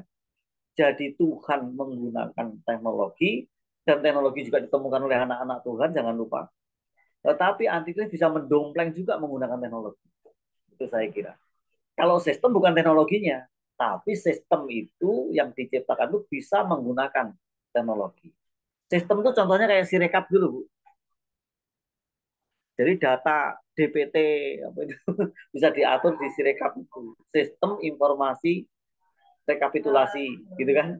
Bisa, gitu. Itu berbicara sistem. Jadi bisa jadi kita nanti semua datanya sudah dipegang oleh ekonomi global atau pemegang ekonomi global gitu. Nah, makanya di situ ada istilah, ada apa, tanda triple six itu 666. Itu bukan pengertian nanti akan ditaruh di dahi atau di tangan, bukan. Tetapi orang yang sudah mengikuti sistemnya dan tidak bisa keluar lagi. Gitu. Nah, terus kita gimana dong? Ya makanya kita berdoa supaya kita sudah mati. Ketika antikris itu antikris berkuasa. Semoga kita Sudah mati gitu ya. Gitu. kasihan anak-anak cucu kita dong Pak. Mereka yang ngerasain ya. Satu prinsip yang perlu dicamkan di kita. Keselamatan yang sudah dimeteraikan oleh Allah, ya, materi Roh Kudus itu tidak mungkin bisa dibatalkan oleh sistem teknologi yang dipakai oleh antikris. Nggak mungkin. Terus sebabnya kita selalu bersyukur tiap hari. Tuhan terima kasih karena namaku sudah tercatat dalam kitab kehidupan, kan gitu. Itu nggak mungkin dibatalkan oleh antikris. Yang diincar oleh antikris kan orang-orang yang belum percaya, jangan sampai mereka percaya kan. Padahal Tuhan sudah punya rancangan. Siapa yang nantinya akan percaya dan tidak itu sudah punya Tuhan. Data dari surga itu lebih akurat. Iblis kan masih mencari-cari, berusaha untuk merenggut jiwa-jiwa supaya nggak percaya Kristus kan gitu. Ya, tapi orang-orang yang percaya Kristus sudah ditentukan oleh Tuhan, ya jangan khawatir lah gitu. Bahkan kita menginjil itu sebagai alat dari Tuhan untuk kita bisa mengeksekusi orang itu akhirnya percaya gitu kan. Itu kuasa dari Tuhan, dan itulah sebabnya kita disebut pemegang kunci kerajaan Allah itu maksudnya. Nah, itu puji Tuhan. Nah, sampai hari ini kita masih punya komunitas yang seperti ini ya, membaca Alkitab, orang Kristen yang sadar pentingnya menyiapkan minyak ya, di samping lenteranya tetap menyala, minyaknya harus disiapkan kan gitu. Dan itu orang-orang yang membiarkan Roh Kudus bekerja dan firman Allah juga bekerja dalam hidup kita. Gitu. Saya kira itu ya Bu ya. Keterangannya bisa kemana-mana itu. Ya, terima kasih Pak. Baik, terima kasih. Silakan Bu Mensi lanjut. Iya, terima kasih Pak Tim penjelasannya. Silakan Ibu-ibu, mungkin Bu Yohana, Kak Mary, Bu Lorita. Silakan boleh bertanya. Kak Dona. Pak Tim, saya mau bertanya di Wahyu 13 ayat 15. Iya Bu, oke. Dan kepadanya diberikan kuasa untuk memberikan nyawa kepada patung binatang itu, sehingga patung binatang itu berbicara juga dan bertindak begitu rupa, sehingga semua orang yang tidak menyembah patung binatang itu dibunuh. Ini kira-kira gambaran patung itu seperti apa, Pak? Ini ada dua kemungkinan ya. Yang pertama, apakah dia berupa robot AI? Yang kedua, apakah dia memang dari material benda mati, tetapi ada kuasa seperti kuasa sihir sehingga patung itu bisa berbicara. Bagaimana Pak? Kalau patung berbicara, orang sekarang nggak takut sama yang kayak gitu-gitu, malah justru uji nyali Bu. Malah seneng gitu kalau ada kejadian-kejadian aneh gitu, malah jadi dimainin sama manusia. Manusia itu begitu beraninya itu ya. Tetapi yang dimaksudkan sini kan simbol. Bagaimana si antikris ini bisa memberikan nyawa kepada patung. Saya yakin ini kaitannya sama teknologi, Bu. Teknologi, berarti AI ya, Pak ya? Bisa AI. Bahkan HP itu bisa menjadi begitu. HP itu netral gitu. Tapi kalau orang sudah begitu terikat dengan HP, nggak bisa lepas, bahkan lupa kewajibannya. Wah, itu sudah pasti ini patung yang diberikan nyawa ini sama antikris ini. Ya. Jadi bisa teknologi. Menurut saya ini simbol. Kalau sekarang Ibu misalnya ada patung tiba-tiba bisa bicara gitu. Kira-kira menurut Ibu nggak? Banyak penontonnya jadi tempat rekreasi ntar. Kalau ada kuasa sihirnya ditengking aja. Kalau habis yang model-model tampilannya seperti itu kita tengking aja gitu. Nah, sekarang kan teknologi yang dipakai oleh antikris. Terus kemudian yang ayat 17 nih Pak. Dan tidak seorang pun dapat membeli atau menjual selain daripada mereka yang memakai tanda itu, yaitu nama binatang itu atau bilangan namanya. Ini sistem ekonomi dunia ya tadi ya Pak yang disebut gitu ya. Betul. Itu apakah nanti ada penyatuan nilai mata uang Pak, kurs? Bisa jadi Kira-kira bisa jadi ya. bisa jadi seperti itu. Seperti yang sudah dilakukan oleh MEE, Masyarakat Ekonomi Eropa kan mereka menyatukan mata uang. Iya, iya, iya. Nah, apakah nanti di Euro seluruh ya. seluruh dunia apakah dibuat seperti itu nantinya sistemnya Bisa jadi agar seperti itu, tapi kalau saya belum berani untuk mengatakan pasti. Karena gini, eh, apakah globalisasi nanti termasuk penyatuan mata uang atau masing-masing negara diberikan otoritas? Nah, tapi kalau melihat gejalanya, kayaknya penyatuan mata uang. Contohnya gini, rupiah wajib terus misalnya itu, terus terjun bebas itu, terus nih. Dolar atau euro menjadi naik terus. Lama-lama kan nyerah Indonesia. Iya. Karena kalau gitu kita pakai mata uang euro aja, gitu. Atau mungkin pakai mata uang dolar aja kan gitu. Karena kita mengalami inflasi terus-menerus, kan kita mengalami krisis ekonomi yang luar biasa. Sehingga kita nggak mampu bayar. Kita punya uang 10.000 nggak laku. Gitu. Kan nggak mencapai $1 gitu. Susah. Nah, bisa jadi begitu. Karena sudah begitu krisisnya parah gitu ya. Akhirnya menyerah kita kepada dunia global itu. Iya. Terus mengenai fenomena yang muncul saat ini yaitu Bitcoin, Pak ya. Apakah itu merupakan tahapan-tahapan menuju ke penyatuan mata uang nggak? Nah, kalau Bitcoin itu kan sebuah sistem sudah ya. Jadi orang bisa menggunakan itu untuk belanja di sentra pembelanjaan tertentu kan gitu ya. Misalnya atau menyimpan atau bentuk tabungan Bitcoin misalnya. Yang seperti itu. Setahu saya seperti itu ya. Nah, ini bisa jadi ini adalah langkah awal atau konspirasi menuju hal tersebut. Gitu. Bisa jadi gitu. Makanya kita lihat nih sebagai orang percaya kita mengamati itu bukan kita takut ya, tetapi kita semakin mengandalkan Tuhan. Wah, ternyata kami terlalu lemah ya Tuhan, terlalu rapuh gitu ya, nggak mampu untuk melihat semua itu dengan baik. Maka semakin mengandalkan Tuhan. Nah, orang mengandalkan Tuhan itu adalah orang yang aktif belajar. Belajar apa ya? Alkitab yang utama. Nanti kita lama-lama akan ngerti. Iya Pak. Hikmat Tuhan supaya Tuhan memberikan pengertian kepada kita. Terima kasih Pak Tim. Silakan Bu Mensi. Ya, terima kasih Pak Tim untuk penjelasannya. Silakan ibu-ibu yang lain mungkin bertanya, Bu. Pak Mary. Pak, mau nanya, Pak. Ya, silakan. Yang Wahyu 13, Pak, 16 tentang tanda juga, Pak. Kan di Ya. sini dibilang bahwa ayat berapa tuh ya? Ayat 16 ya, bahwa eh, diberi tanda pada tangan kanannya atau pada dahinya. Kalau kita kembali ke Wahyu 7 ayat 3, janganlah merusakkan bumi atau laut atau pohon-pohon sebelum kami memeteraikan hamba-hamba Allah kami pada dahi mereka. Berarti antikris dan pengikut Kristus itu berarti pasti memiliki tanda ya Pak ya? Iya, jadi gini loh, antikris yang Punten disebutkan. Pak. Terus tanda kalau aku baca di Yehezkiel 9 ayat berapa tuh? Ayat 4, berjalanlah dari tengah-tengah kota yaitu Yerusalem dan tulislah huruf T pada dahi orang-orang yang berkeluh kesah karena perbuatan keji yang dilakukan di sana. Terus kalau kembali ke ayat 6, tetapi semua orang yang ditandai dengan huruf T itu jangan kamu singgung dan mulailah dari tempat kudusku. Apakah tanda dari orang kudus pengikut Kristus itu seperti yang tertulis di Yehezkiel pasal 9? Oh, Yeskiel 9 ya? Iya, pasal 9 ayat 6. Sebentar, sebentar.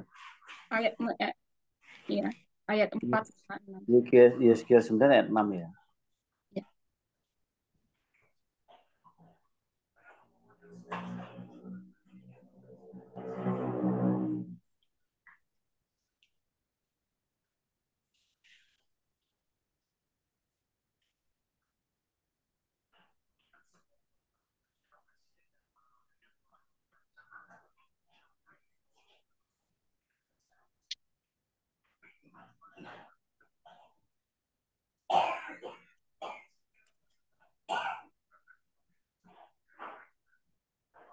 Yesaya 9 ayat 6. Ini agak susah.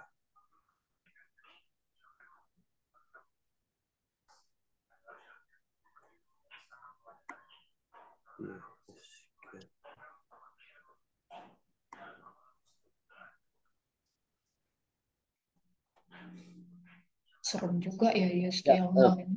mulailah dari tempat kudusku dengan tua-tua. Di sini ada keterangan begini, hukuman Allah dimulai dengan umatnya sendiri.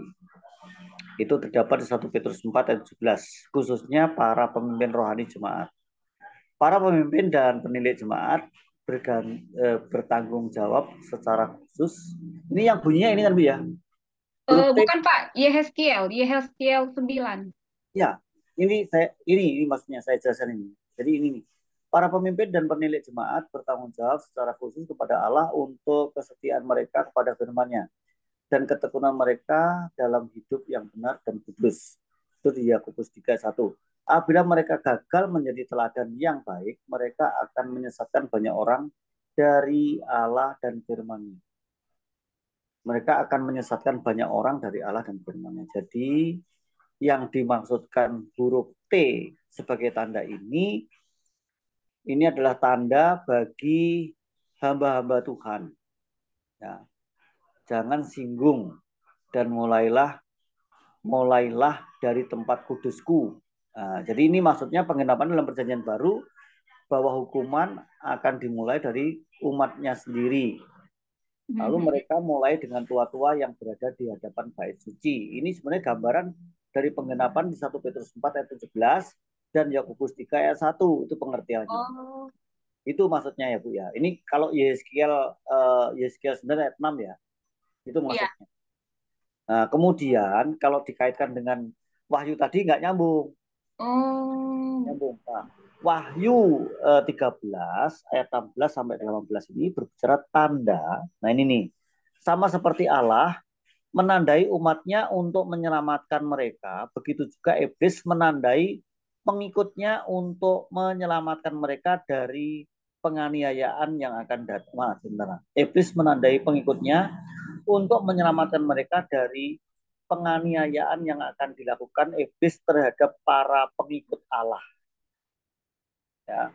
Jadi iblis juga bertindak seperti yang dilakukan oleh Allah. Sekali lagi bahwa iblis itu selalu meniru.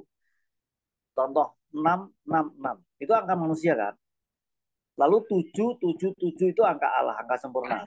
Iya. 777 itu bisa kita sebut sebagai Trinitas Kudus, Bapa, Putra, Roh Kudus, ya kan? Kalau 666 itu angka manusia di bawahnya, angka yang tidak sempurna, bahkan bisa disebut sebagai angka jahat gitu ya. Maka kita menyebutnya di situ ada binatang, itu menunjuk pada antikristus, kemudian nabi palsu, kemudian iblis. Itu Trinitas najis. Nah, baik Allah yang memberikan tanda kepada umatnya, memberikan tanda kepada hamba-hambanya, demikian juga antikris itu memberikan tanda kepada para pengikutnya untuk menyelamatkan para pengikutnya dari pengaruh orang-orang yang mengikuti Allah. Gitu loh. Nah, mengenal tanda khusus ini tidaklah sepenting mengenal tujuan dari tanda tersebut. Orang-orang yang menerima tanda itu menunjukkan kesetiaan mereka kepada iblis. Kesediaan mereka untuk mengikuti sistem ekonomi yang dianjurkan dan pemberontakan mereka terhadap Allah, menolak tanda itu berarti menyerahkan diri sepenuhnya kepada Allah dengan lebih memilih mati daripada melakukan kompromi untuk iman kepada Kristus. Jadi intinya gini Bu, sistem ekonomi yang diciptakan oleh antikris nanti, orang tidak bisa menjual, nggak bisa membeli, nggak bisa transaksi kalau tidak punya tanda itu. Tanda ini berbicara tentang orang yang sudah mengikut, misalnya sistem trading. Ibu pernah mengikuti nggak sistem trading? Yang gambling dulu Bu. Oh, kalau yang gambling enggak. Ya trading itu kan salah satunya ada yang bentuknya gambling. Iya, ada yang bentuknya gambling ya. Ya, bodong gitu kan. Ya. Kita investasi, kemudian nanti kalau sudah dapat, kemudian melalui membuat masuk ke dalam sistemnya, ngeklik apa namanya? Iya, binomo kalau nggak salah yang Ya, waktu gitu-gitu.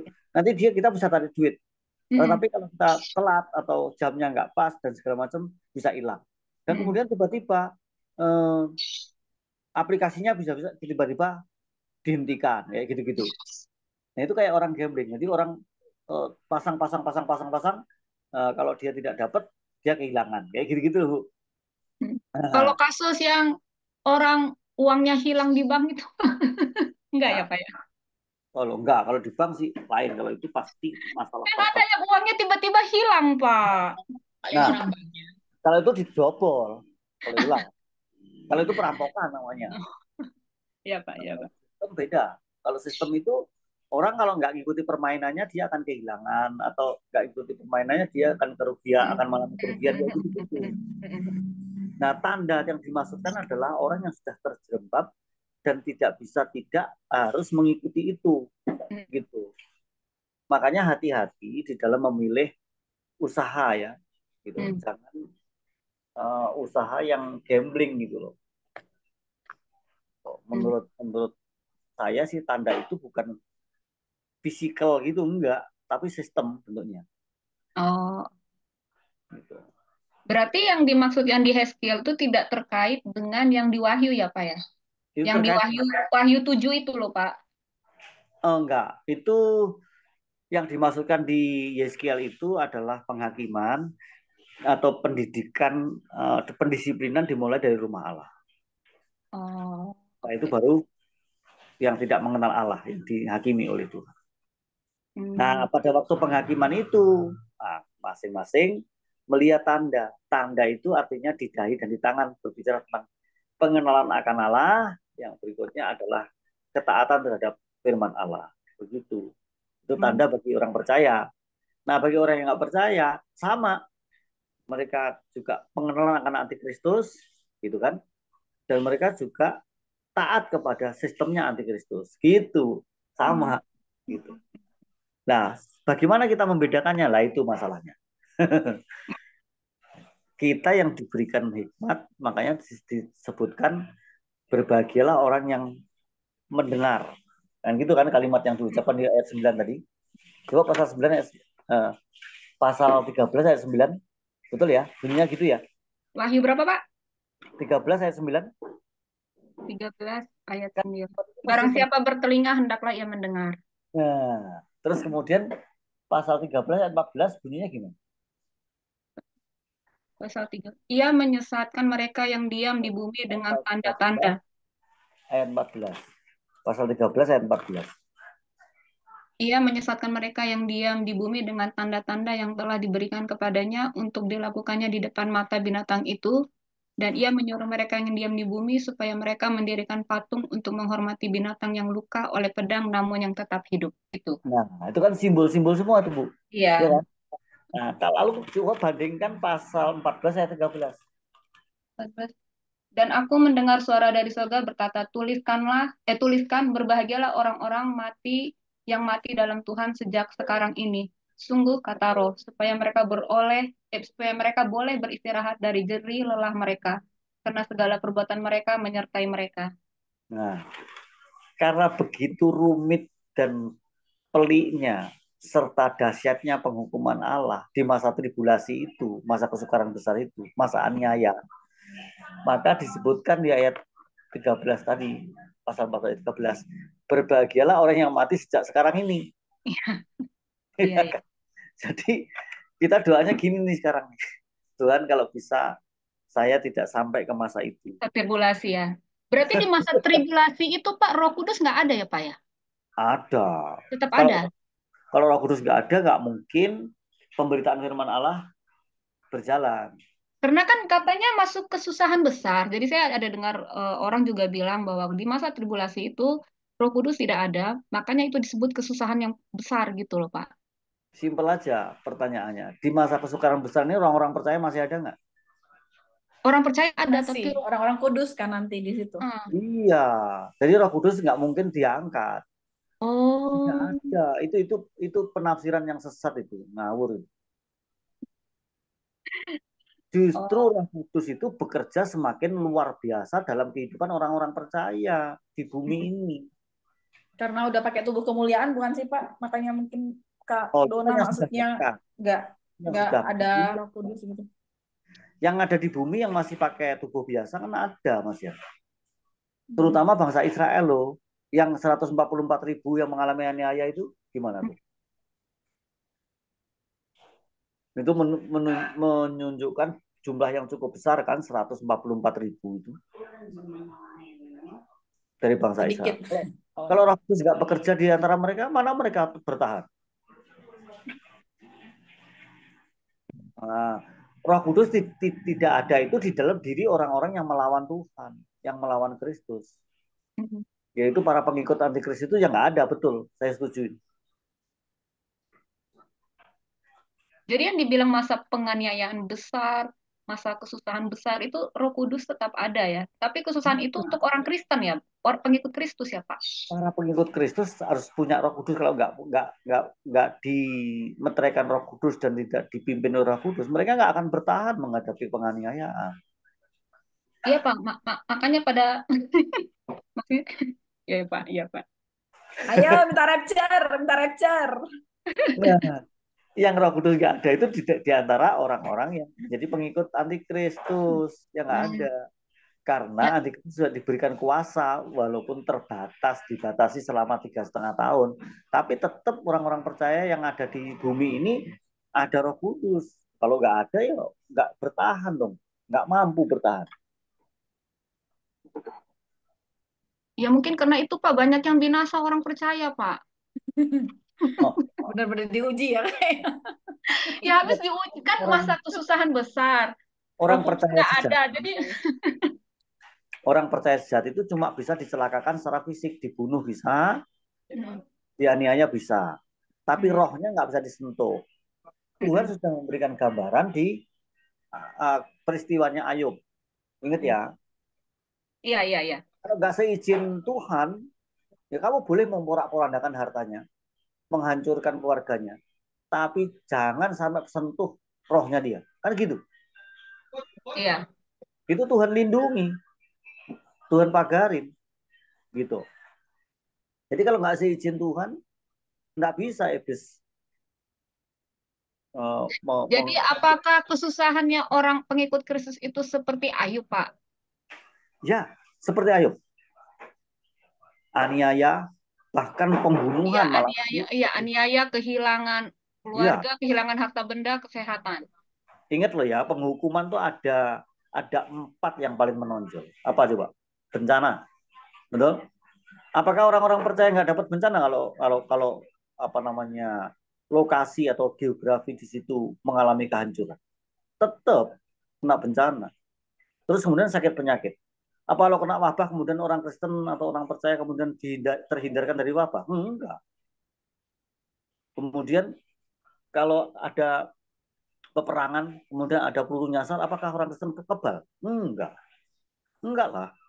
Apalagi kalau nuklir, mana mungkin kebal. Tetapi fisiknya bisa mati, tapi rohnya tetap selamat. Gitu. Nah, bagi yang tidak percaya Kristus, ya mati dua-duanya, mati fisik ya mati rohani. Terpisah dari Allah untuk selamanya.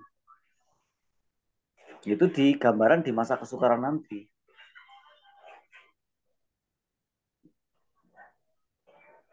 Begitu Ibu-ibu. Ya, baiklah Pak Tim, terima Pak, kasih. satu lagi, Pak.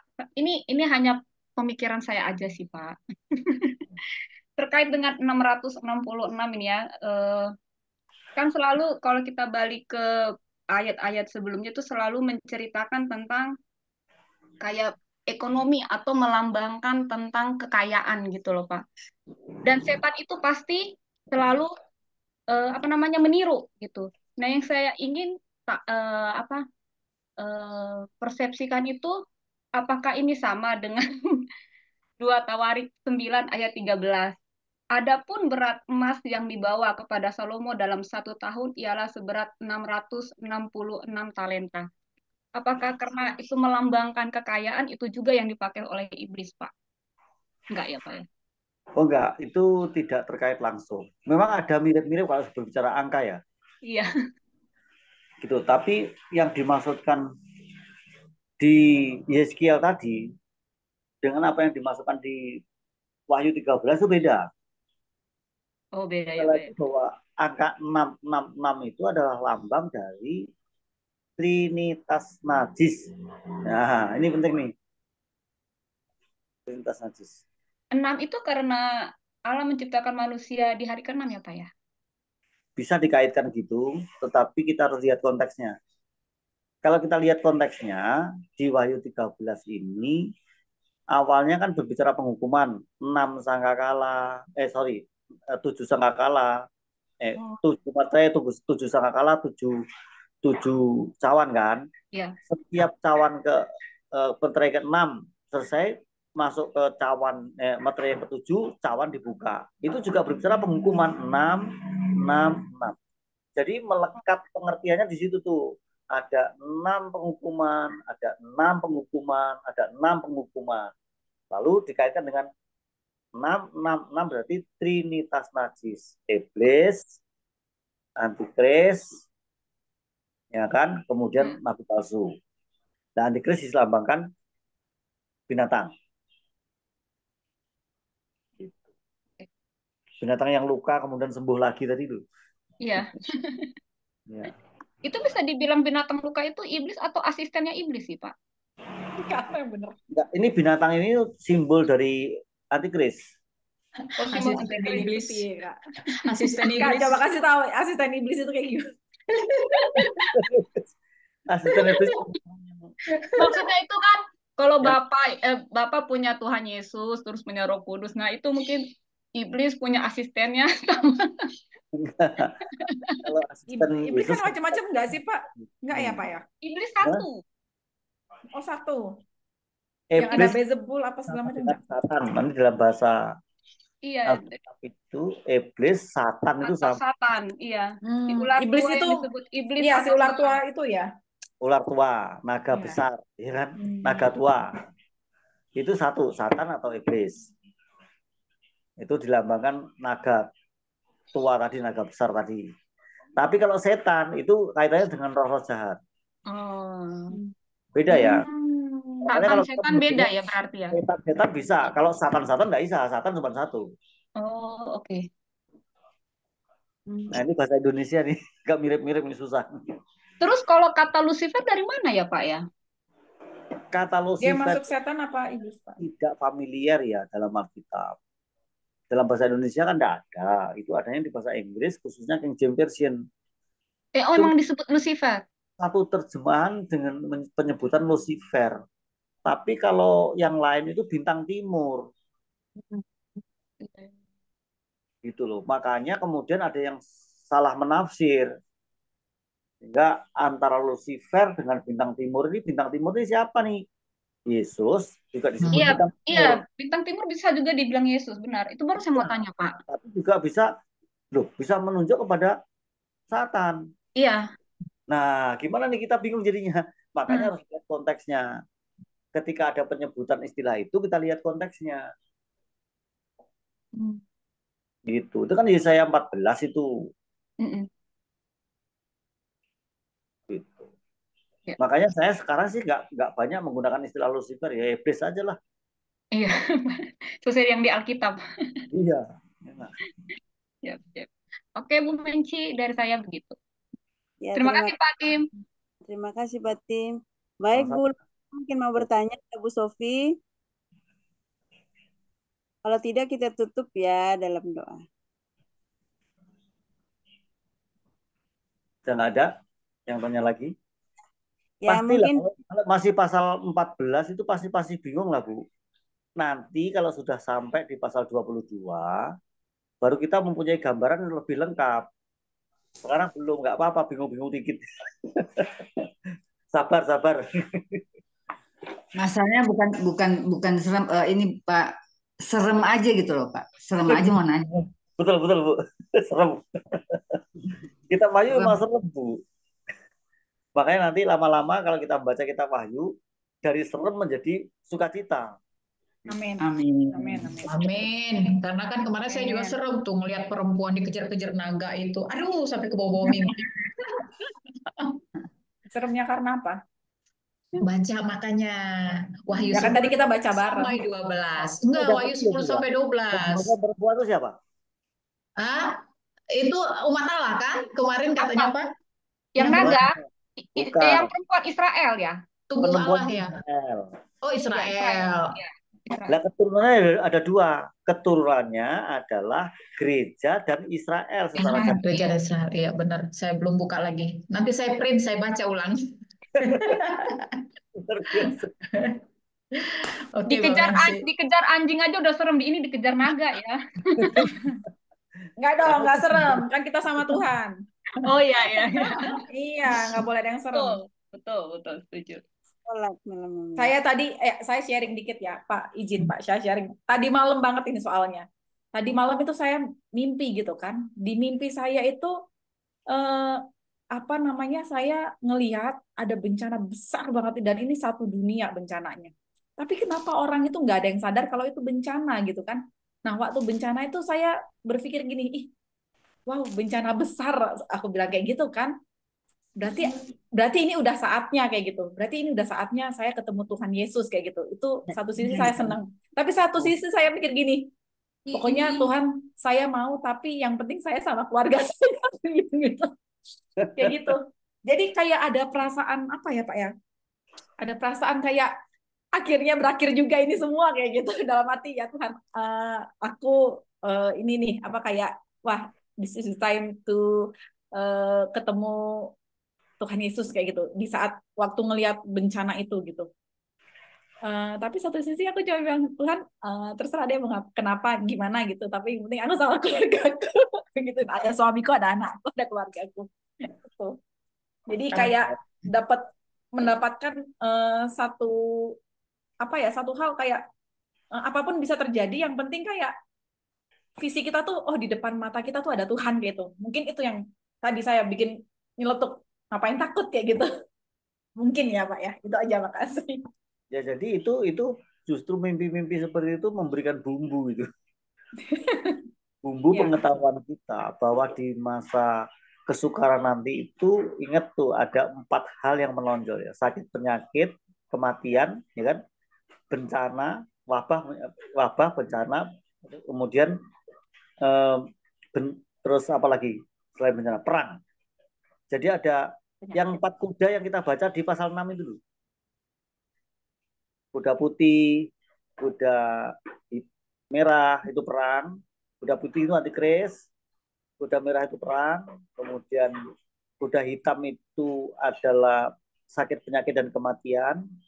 Lalu kuda kuning hijau itu apa ya? Kelaparan. Ya kan? Jadi bencananya itu selalu mencakup itu. Ada kelaparan, ada sakit penyakit, ada bencana, ada perang gitu. Kayak gitu-gitu. Nah itu kalau misalnya dikasih mimpi seperti itu ya udah sukacita aja gitu. Amin. Haleluya. Amin. Amin. Karena orang-orang percaya akan dilindungi. Orang-orang percaya akan dilindungi bukan berarti nggak bisa mati loh. Bisa mati karena bencana, tapi rohnya itu selamat gitu. Itu maksudnya. Fisik kita bisa hancur. Sama seperti mereka yang nggak percaya. Gitu. Tetapi jiwa kita, roh kita selamat. Nah, itu yang membuat kita sukacita. Dan kita akan mengenakan tubuh kemuliaan loh. Nah, ingat itu tuh. Pak, tubuh kemuliaan itu ketika kita sudah mati atau nanti waktu masa-masa kesukaran itu, Pak, tubuh kemuliaan itu? Bisa secara tiba-tiba diubah, bisa juga melalui kematian. Mati dulu, baru kita mengenakan tubuh kemuliaan. Kalau mati dulu, dikuburkan dulu tubuh kita yang sekarang. Ya, makanya dirubah. Ikut datang ke dunia, memerintah bersama Kristus itu pakai tubuh kemuliaan. Seperti apa? Seperti yang dikenakan Kristus. Bisa makan ikan goreng. Tapi juga tidak makan nggak apa-apa. Gitu. Oke, Pak. Siap. Makasih banyak, Pak Tim. Makasih Kak Mary, pertanyaannya, kesaksiannya juga lewat mimpi. Oh, itu kita sampai di sini kita tutup ya dalam doa. Tapi sebelumnya saya minta Pak Tim untuk doa tutup ya Pak, dengan hormat. Terima kasih. Oke. Mari ibu-ibu sekalian dan juga kalau ada Nona ya, kita sama-sama berdoa. Bapa kami dalam surga, kami naikkan syukur dan terima kasih. Oleh anugerah-Mu kami beroleh kesempatan untuk belajar firman Tuhan. Sehingga kami bertindak seperti gadis-gadis yang bijaksana yang menyediakan minyak di samping memberikan kesempatan kepada lentera kami untuk tetap menyala. Sehingga keimanan, kerohanian kami terus menyala, bahkan terus bertumbuh ke arah kesempurnaan. Sehingga keserupaan dengan Kristus menjadi nyata. Kiranya Tuhan terus menolong kami, menyemangati kami dengan kuasa Roh-Mu untuk kami terus belajar, menanti-nantikan Tuhan sambil bertumbuh dalam anugerah dan pembelajaran Alkitab dengan baik. Tuhan memberkati kelompok membaca Alkitab ini supaya semakin semangat dan bahkan mempengaruhi orang-orang Kristen lainnya supaya mereka juga mempunyai minat yang sama, bahkan lebih daripada itu. Terima kasih, terpuji nama-Mu karena Tuhan punya rancangan yang luar biasa dalam kehidupan kami, sehingga walaupun kami bisa saja mengalami masa kesukaran dan kesulitan dan aniaya, sakit penyakit dan apapun yang merupakan penderitaan-penderitaan lain dapat kami alami. Namun kami bersyukur karena roh kami sudah dicengkeram dan menjadi milik Tuhan untuk selama-lamanya. Sehingga segala sesuatu yang bersifat sementara di dunia ini tidak membuat kami takut, melainkan merupakan kesempatan untuk kami mengandalkan Tuhan dalam segala hal. Engkaulah segalanya dalam kehidupan kami. Terpuji nama-Mu, berkati teman-teman, ibu-ibu yang sampai hari ini begitu setia belajar Alkitab. Dalam nama Tuhan kami Yesus Kristus, kami serahkan pertemuan kami besok. Tuhan memberkati. Dalam nama Tuhan Yesus. Haleluya.